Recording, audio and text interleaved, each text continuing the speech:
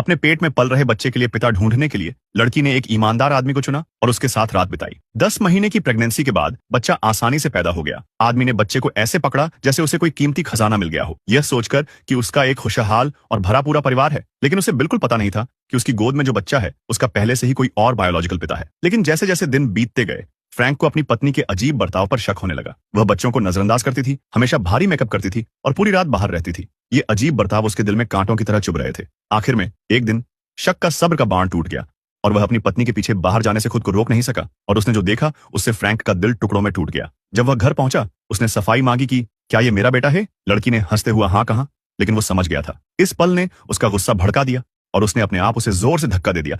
लेकिन इस धक्का ने अचानक उसकी पत्नी की जान ले ली। अपनी पत्नी को सांस लेते हुए न देखकर फ्रैंक डर गया। तभी छत से टपकती पानी की बूंदें मौत के आंसुओं जैसी लग रही थीं, क्योंकि उसने अपने बच्चे बाथटब में छोड़ दिया था, जिससे उसकी भी मौत हो गई। अपनी पत्नी और बच्चे दोनों की मौत के बाद फ्रैंक को कानून का सामना करना पड़ा, लेकिन लंबी जेल की सजा ने उसके इरादे को बदल दिया था। जेल में अपने 10वें साल में वह सफलतापूर्वक भाग निकला। भागते समय उसके पेट में चोट लग गई थी। वह जल्दी से एक सुविधा स्टोर में छिप गया। तलाशी ले रही पुलिस से बचने के लिए उसने स्टोर में शॉपिंग कर रहे एक लड़के को किडनैप कर लिया और लड़के की मां को उसे खतरे से दूर ले जाने के लिए मजबूर किया।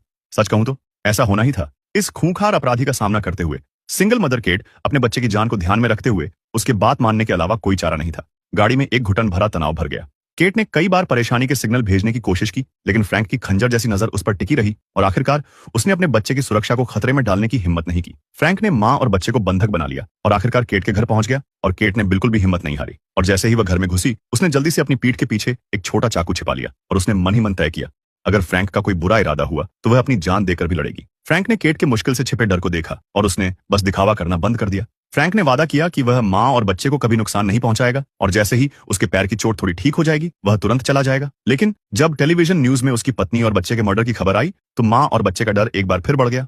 लेकिन फ्रैंक ने भरोसा दिलाया कि वो उन लोगों को कोई नुकसान नहीं पहुंचाएगा। केट और उसके बच्चे को साथी के तौर पर फंसाने से बचने के लिए फ्रैंक ने उन्हें रस्सी से बांध दिया।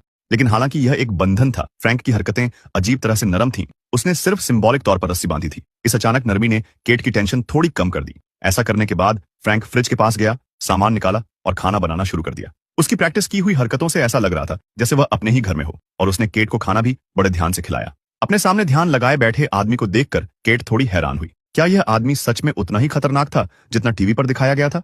जैसे जैसे रात हुई, मुश्किल दूर नहीं थी। बाहर सायरन बजते और बजते रहे और पेट्रोलिंग कभी नहीं रुकी। जाहिर है फ्रैंक अब सुरक्षित रूप से भागने में नाकाम था और हताशा में उसने केट को खोल दिया और वहीं रात बिताने का फैसला किया। अगली सुबह फ्रैंक ने नाश्ता तैयार कर लिया था, लेकिन हेनरी की नजर फ्रैंक के वांटेड नोटिस वाले सुबह के अखबार पर टिकी थी। बहुत देर तक हिचकिचाने के बाद वह आखिरकार अपनी जिज्ञासा को दबा नहीं सका।